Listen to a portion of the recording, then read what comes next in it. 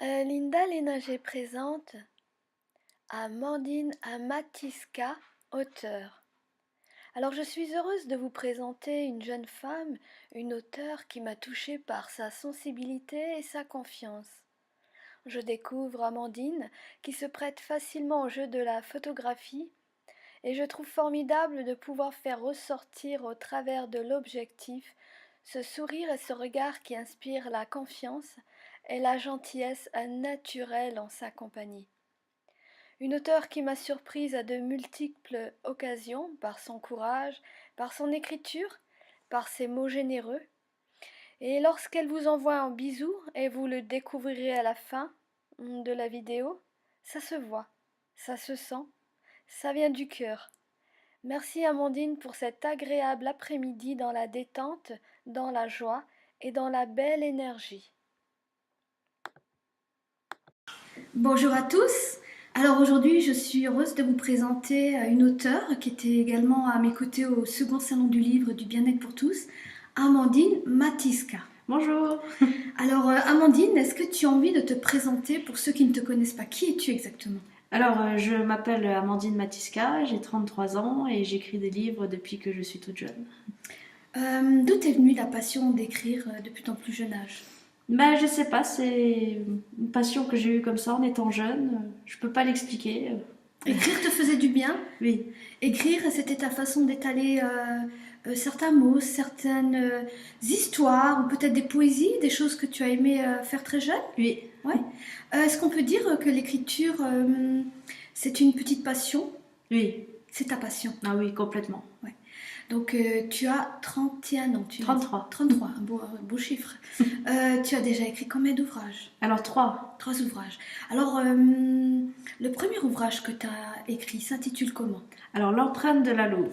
Alors, l'empreinte de la Louve. Raconte-nous un peu pourquoi ce titre et pourquoi l'empreinte de la Louve? Pourquoi ce titre particulier? Alors, en fait, chacun a une vie qui lui est propre et chaque histoire laisse une empreinte dans la vie de la personne. Ce que tu as voulu dire, c'est que tu as essayé de raconter d'une certaine manière quelque chose peut-être d'autobiographique. Un peu, oui, il y a un Voilà. peu d'autobiographie. Donc c'est un ouvrage, c'est une histoire que tu as voulu étaler. Pourquoi cet ouvrage? Tu as eu un besoin de dire quelque chose de particulier, de faire entendre quelque chose? Oui, oui, j'avais besoin de m'exprimer et j'ai pris le loup car c'est un animal qui est beaucoup méprisé, mal connu, mystérieux et j'ai voulu redorer un peu son image et c'était plus facile pour moi de prendre le loup en héros principal. En référence. En même temps, c'est un peu d'humour parce que là, tu parles du loup et pourquoi j'en souris? Parce que il y avait le loup au salon du livre. Oui, Tu te souviens? Et au salon des partenaires, j'étais entourée de femmes rouges. oui. Tu es de nouveau en rouge. Et tu me parles de loup? Non mais tu me dis que t'as 33 ans, je commence à me dire, qu'est-ce qui se passe? Non mais c'est vrai, non mais... Le petit chapeau rouge. Non mais est-ce que c'était prévu que tu viennes habiller en rouge? Ça s'est fait à la dernière minute, je voulais venir en gris en fait. D'accord. Et donc, on dit, ah d'accord, le loup, la louve. Donc voilà, encore une fois, il y a des choses particulières à comprendre. Disons une chose, c'est que je me comprends. Voilà. Donc ça, c'était l'empreinte de la louve. C'est donc, comme tu as dit, autobiographique. Et le fait que tu l'as écrit, est-ce que c'était quelque chose en même temps qui t'a fait du bien? Ah oui, oui, oui, oui, ça m'a totalement libérée. Voilà. Il y avait une histoire, donc une empreinte, quelque chose qui était difficile, que tu as vécu, Voilà. que tu as eu besoin de témoigner à ta façon, Voilà, sous le titre de l'empreinte de la Louve. voilà, c'est ça. Et une fois qu'il a été mis sur pied cet ouvrage, tu t'es senti donc revivre? Bah, je me suis sentie bien dans un premier temps. C'était comme une sorte de confession, Oui, voilà. plutôt ça, non mais Voilà. c'est vrai. Ouais. Et après, comme le livre n'a pas été intégralement publié, au bout de 4 ans, j'ai réécrit à la maison d'édition en disant que j'aimerais sortir la version longue, donc la vraie version que j'avais leur avais envoyée. Et donc Nancy la Louve libre est sortie du coup. D'accord. Et là, donc il y a plus de pages, si j'ai bien compris. Oui, voilà. 270 pages Oui. en rapport à À 136. Donc, c'est-à-dire que c'est un ouvrage, il y avait des parties de l'histoire de la Louve que t'as pas pu mettre en avant Voilà, c'est ça. et qui étaient importantes pour toi d'être dévoilées. Voilà. Pourquoi c'était important? En fait, j'ai mis 10 ans à l'écrire et je l'ai écrit avec mon cœur. Et quand un auteur écrit un livre et que c'est coupé, en fait, il y a des parties qui sont coupées, comme des parties de description, des parties de l'histoire qui sont remaniées. C'est une frustration. Très frustrant, très Ouais, frustrant, ouais. surtout si des personnes viennent critiquer en disant j'ai l'impression qu'il manque des choses. D'accord. Donc, c'est vrai que c'est ton histoire, Voilà. tu l'écris, et puis du coup, on essaie de remanier. Et comme c'était quelque chose d'autobiographique, tu t'es senti comme si on enlevait une partie de toi, de ton histoire, Voilà. et ça ne correspondait plus au message que tu voulais passer. Voilà, c'est ça. Parce qu'en fait, tout ce qui lui arrive a un sens. Chaque défini. chose, et voilà, ça a un sens. Ouais. Et même les messages, quelques petits messages que je mets dans le livre sont. Voilà. Donc c'est vrai que mine de rien, on s'en rend pas compte, mais c'est des petites choses qui peuvent frustrer l'auteur, Ouais. l'écrivain, quand il essaie de partager quelque chose et qu'on essaye de le remanier, alors que finalement l'œuvre primaire, en premier, c'est l'auteur. Ouais. Alors c'est comme si on effaçait une partie de ton travail. Voilà, et ça a été horrible. Ouais. J'ai pas supporté et c'est pour ça que je l'ai donc sorti en passant par lulu.com, vu que je ne pouvais pas prendre un autre éditeur puisqu'ils ont les droits sur l'histoire. D'accord, d'accord. Mais c'est pas grave parce que je suis très heureuse de pouvoir le proposer aux lecteurs. Cette fois-ci, mais plus complet, Voilà, comme il te convient. comme Tu je as voulais raison. qu'il sorte en fait. Bravo. Et aussi par rapport à la couverture, c'est très important, ce sont les héros principaux. Donc là, on a l'héroïne, on a ici le frère, la sœur, les compagnons, les louveteaux, donc c'est les personnages de l'histoire. Ils ont quelque chose à dire. Voilà. D'accord. Tu es en même temps donc un auteur qui est plutôt dans quel genre de registre? Alors moi, je dirais que pour l'instant, c'est roman. Alors j'ai écrit un roman d'aventure et un roman d'amour. Et je compte écrire d'autres livres, par exemple dans le développement personnel, ou alors des polars, ou des thrillers, ou aussi des nouvelles, voilà, ou peut-être aussi des autobiographies. D'accord. Alors tu peux m'expliquer, bah tiens, c'est pas mal ça aussi. Pourquoi cet ouvrage sur le paquebot blanc? Alors ça, c'est une histoire très humoristique à prendre au second degré. Parce que quand on a lu le premier et qu'on voit le deuxième, en fait, ça n'a absolument rien à voir. D'accord. En fait, c'est une histoire pleine de fraîcheur, de rebondissements, d'humour. Le personnage, donc Marla, C'est une histoire d'amour? Oui, c'est en fait une D'accord. histoire d'amour. Le personnage Marla, en fait, va évoluer au cours de l'histoire. Au début, elle est très narcissique, elle se prend pas pour bon, de la merde, mais je veux dire, elle a une très bonne image Elle a d'elle-même. une très haute estime Voilà. d'elle-même. Voilà. Et Mais puis, c'est aussi bien oui. d'en avoir une la plupart Ouais. du temps. Oui, Mais là, c'est un peu excessif, si j'ai bien compris. oui, vraiment, elle pourrait être très énervante pour certaines personnes.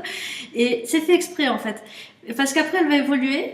Et finalement, on va s'apercevoir qu'elle a des ressources qui lui permettent de grandir, d'évoluer, de devenir un personnage attachant, sensible et qui est capable de se remettre en question.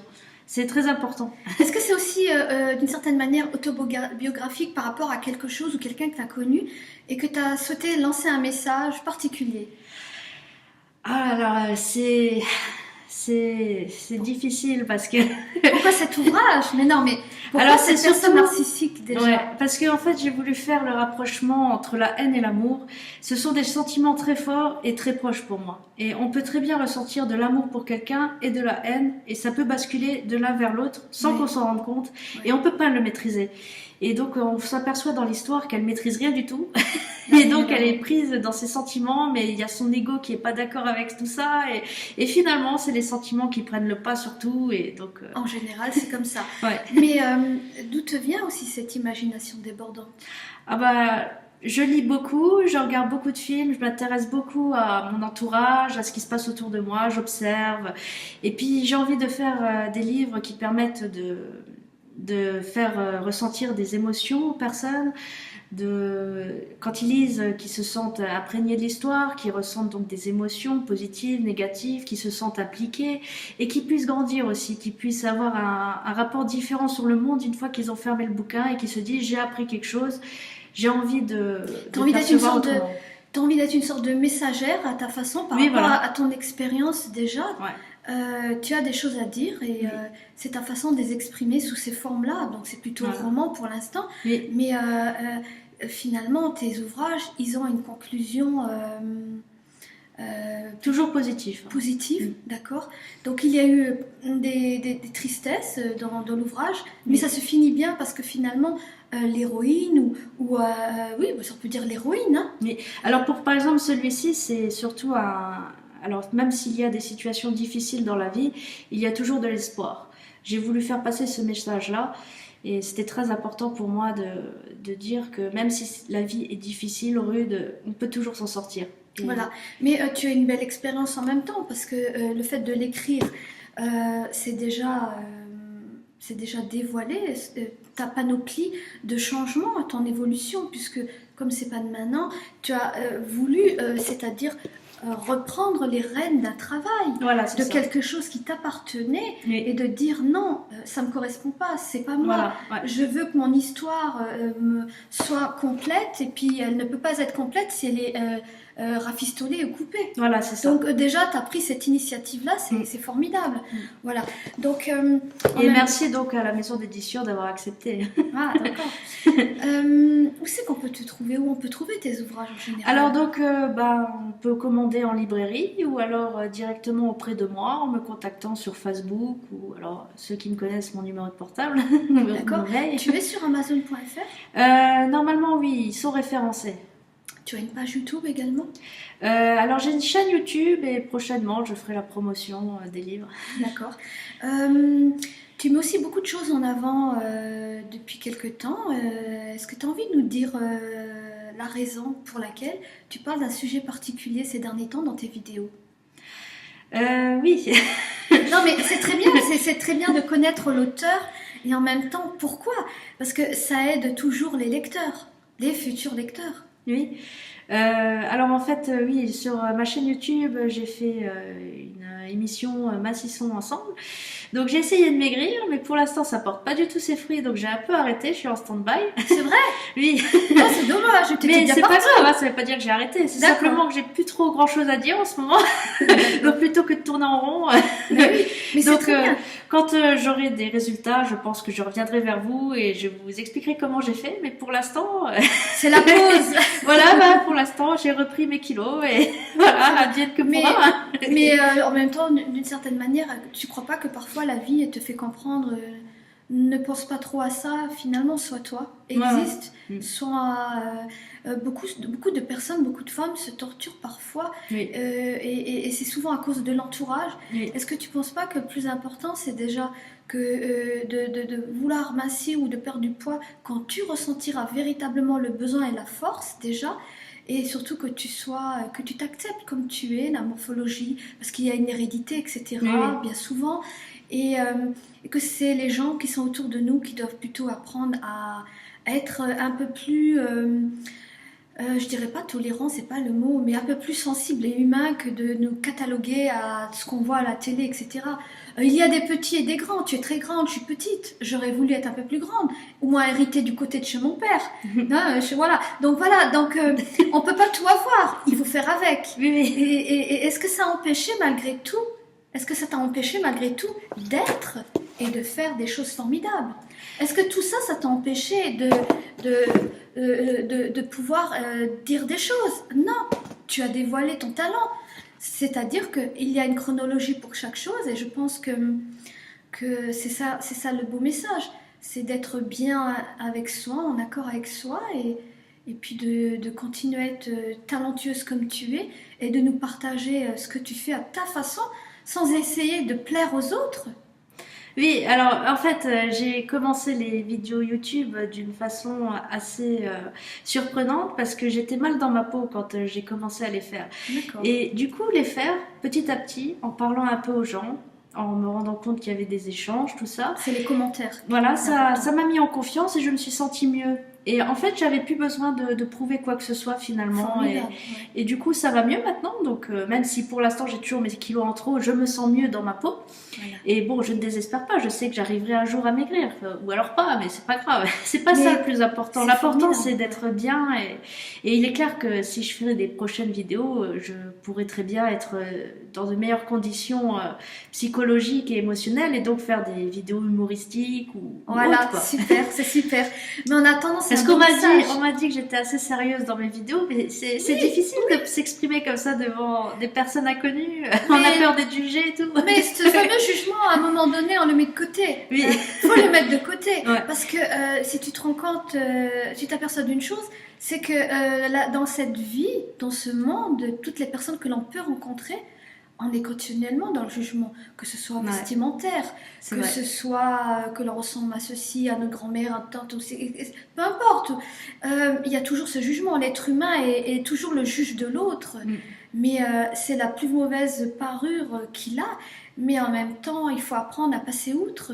Parce que quand tu passes outre des commentaires des autres, tu t'aperçois que finalement, être bien dans sa peau, ça ne dépend pas forcément des autres. C'est plus toi qui prouve que tu n'as besoin de personne. Tu es bien dans ta peau, tu es dans la belle énergie et tu avances. Et tu l'as prouvé à maintes reprises, de toute façon. Et puis tu as de l'humour. Je t'ai déjà vu en photo. On s'éclate quand même. Hein. Donc voilà, c'est ça qui est formidable. Alors, est-ce que tu as un message particulier à nous dire pour finaliser cette rencontre? Eh ben, en fait, je suis très heureuse que Linda m'ait invitée.